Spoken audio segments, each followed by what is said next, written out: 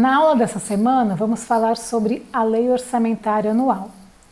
Com base nas metas estabelecidas pelo PPA e nas orientações dadas pela LDO, o Poder Executivo elabora a Programação Anual de Trabalho, que é a própria LOA.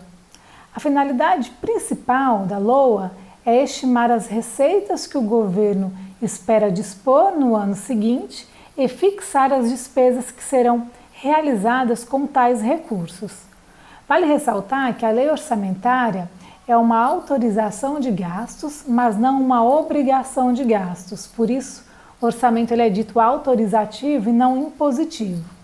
Isso quer dizer que, para ser realizada, a despesa precisa estar prevista na LOA. Porém, nem todas as despesas previstas na LOA precisam ser realizadas. Isso porque existe dentro da LOA dois tipos de despesas, as despesas obrigatórias e as despesas discricionárias. São obrigatórias as despesas que constituem obrigações constitucionais ou legais do governo, tais como pagamento de pessoal, de juros, encargos da dívida pública, de aposentadorias e outros. As despesas não obrigatórias são chamadas de discricionárias, porque sobre elas o governo tem margem para escolher se executa ou não. Quanto maior a proporção de despesas obrigatórias no orçamento, maior sua rigidez e menor a flexibilidade dos políticos e gestores para planejar as ações governamentais. Mais adiante, veremos que, por meio de um código chamado identificador de resultado primário, podemos calcular o grau de rigidez do orçamento da União, do Estado ou do município. A LOA ela apresenta a programação de gastos separada em 3 demonstrativos distintos, também chamados de orçamentos, embora o orçamento ele seja único. Então, temos o orçamento fiscal, o orçamento da Seguridade Social e o orçamento de investimento das empresas estatais. O orçamento fiscal ele traz as despesas dos poderes, seus fundos, órgãos e entidades da administração direta e indireta, inclusive fundações instituídas e mantidas pelo poder público. O orçamento da Seguridade Social apresenta as despesas com saúde, previdência e assistência social. Observe que tais despesas não ocorrem apenas nos órgãos e entidades de saúde, previdência e assistência, mas em praticamente todos os órgãos do governo. E por último, o orçamento de investimento das empresas estatais, que expõe as despesas de capital das empresas em que o governo detenha a maioria do capital social, com direito a voto e que sejam dependentes de repasse do Tesouro para sua operação.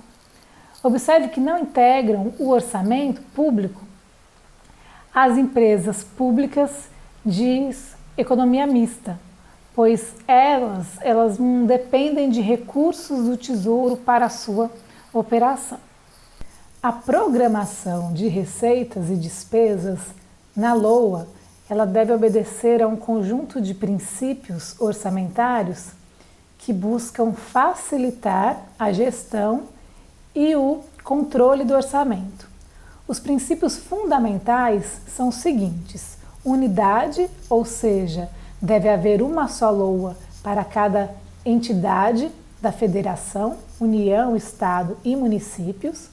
A universalidade, a LOA deve conter todas as despesas e receitas da administração pública, englobando todos os poderes, fundos, órgãos e entidades da administração pública.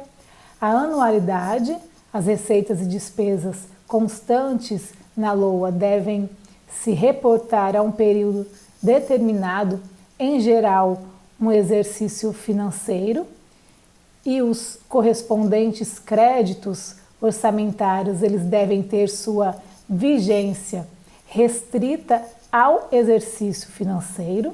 A exclusividade, a LOA não pode conter dispositivo estranho à previsão da receita e à fixação da despesa. A especificação, a LOA não poderá consignar dotações globais a despesas, devendo fornecer detalhamento suficiente para demonstrar a origem e a aplicação dos recursos. A publicidade, a LOA, seus créditos e os atos relativos à sua elaboração e execução devem ser divulgados para conhecimento público e serem acessíveis a qualquer cidadão para consulta. O orçamento bruto, em que a LOA deve conter as receitas e despesas pelos seus valores brutos, sem qualquer tipo de dedução prévia. A não afetação de receitas, em que as receitas constantes na LOA deverão estar livres de comprometimento prévio, a determinados gastos, sendo vedada a vinculação de receitas de impostos a órgão, fundo ou despesa. O equilíbrio, as receitas constantes na LOA não devem exceder as despesas previstas para o exercício financeiro, e a programação, em que as receitas e despesas deverão ser organizadas de modo a veicular a programação de trabalho do governo, seus objetivos, metas e ações. A LOA também deve obedecer à regra de ouro, em que não se pode contrair dívidas para cobrir despesas correntes. E por último, transparência e participação, ou seja, os planos, orçamentos, leis de diretrizes orçamentárias, as prestações de contas e relatórios de execução orçamentária devem ser instrumentos de transparência da gestão fiscal, devendo o processo orçamentário incentivar a participação popular. Em relação às receitas, esses são os recursos financeiros que o governo tem à sua disposição para pagar as despesas do governo.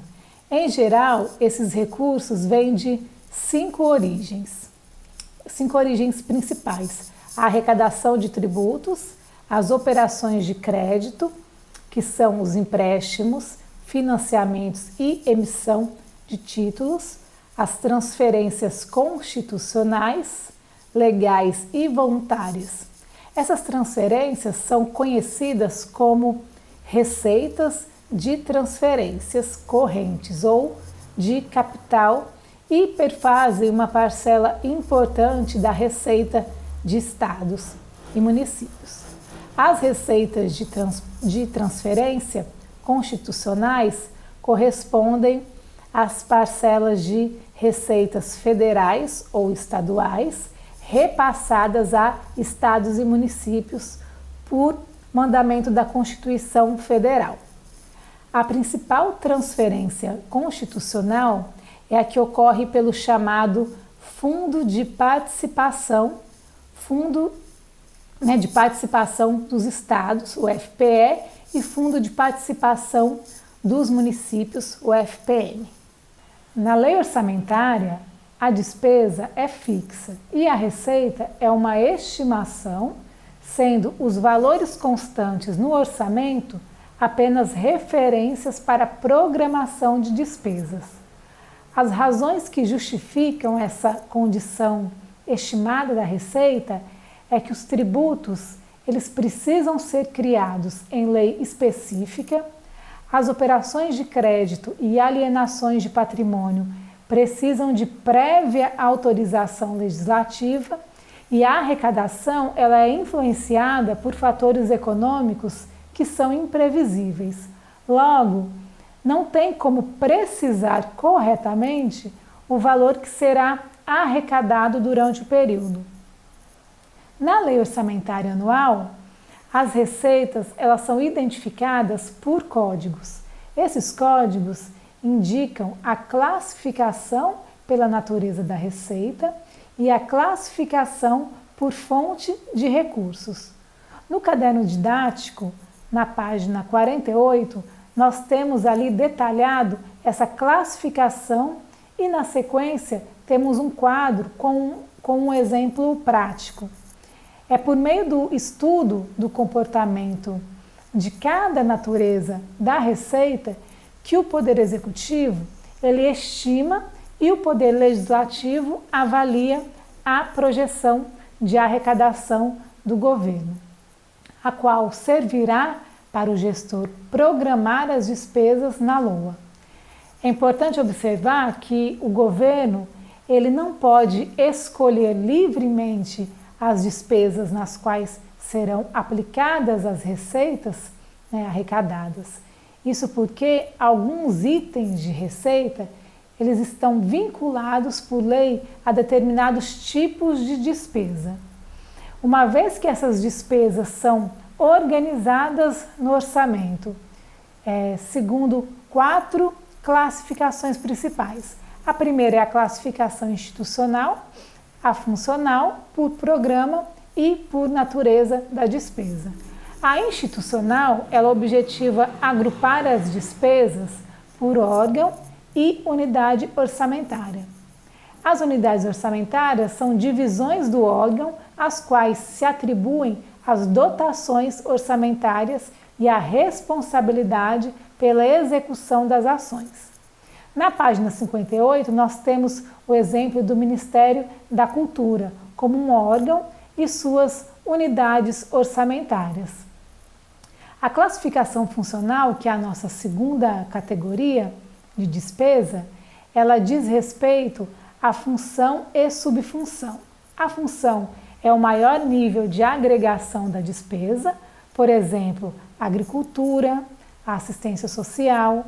Já a subfunção identifica a área de governo com maior detalhe, por exemplo, alimentação e nutrição ou assistência hospitalar e ambulatorial.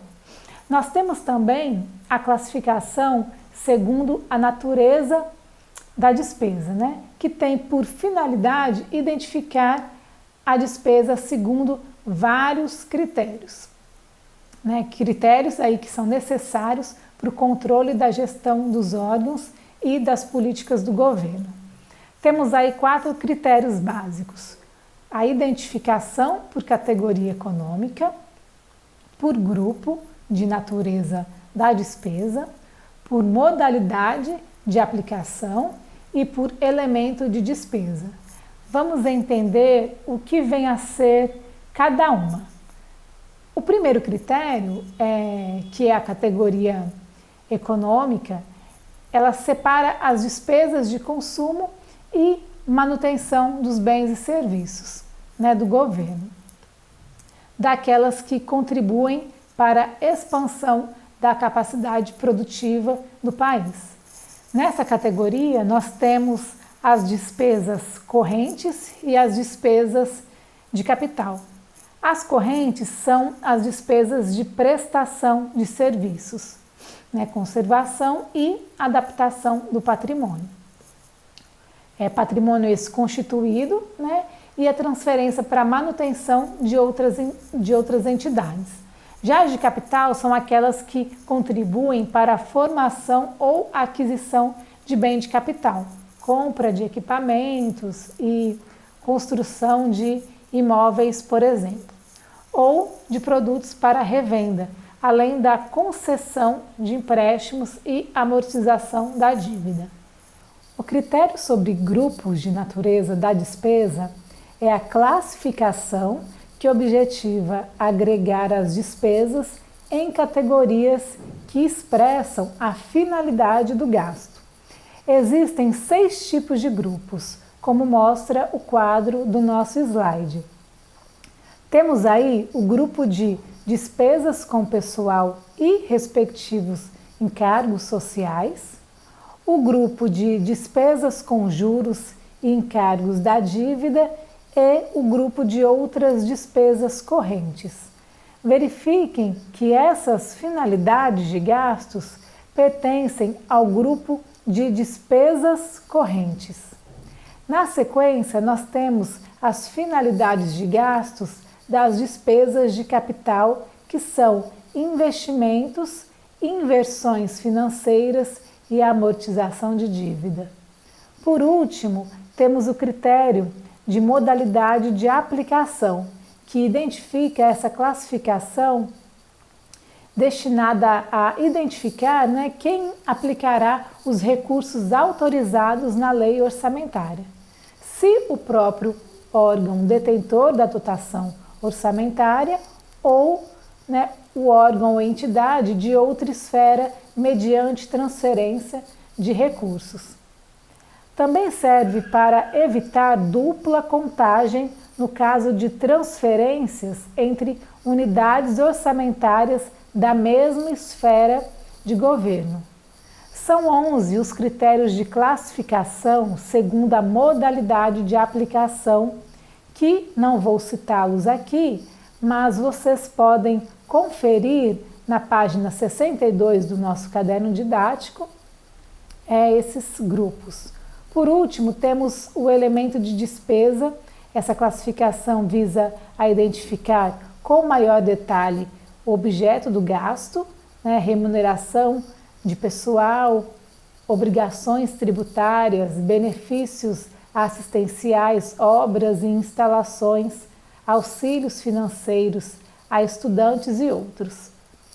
A portaria interministerial, ela traz uma listagem básica dos elementos de despesa que pode, no entanto, ser suplementada pelos governos estaduais e municipais. O orçamento da União e alguns orçamentos estaduais e municipais, eles contam ainda com 2 outros critérios de classificação dos gastos: identificadores de uso e os identificadores de resultado primário. O identificador de uso, ele tem por finalidade identificar a parcela das despesas que compõem contrapartida de empréstimos ou doações. Já o identificador de resultado primário, ele visa a identificar as despesas primárias e financeiras para fins de apuração do resultado primário do governo. O termo primário, ele é para identificar que não foram consideradas as despesas com juros e amortização de dívida interna e externa. Na nossa próxima aula, que será baseada na unidade 3, utilizaremos o conhecimento das classificações que acabamos de adquirir para discutir o processo de elaboração da LOA e explorar seus atributos em investigações empíricas feitas nas bases de dados. Até lá!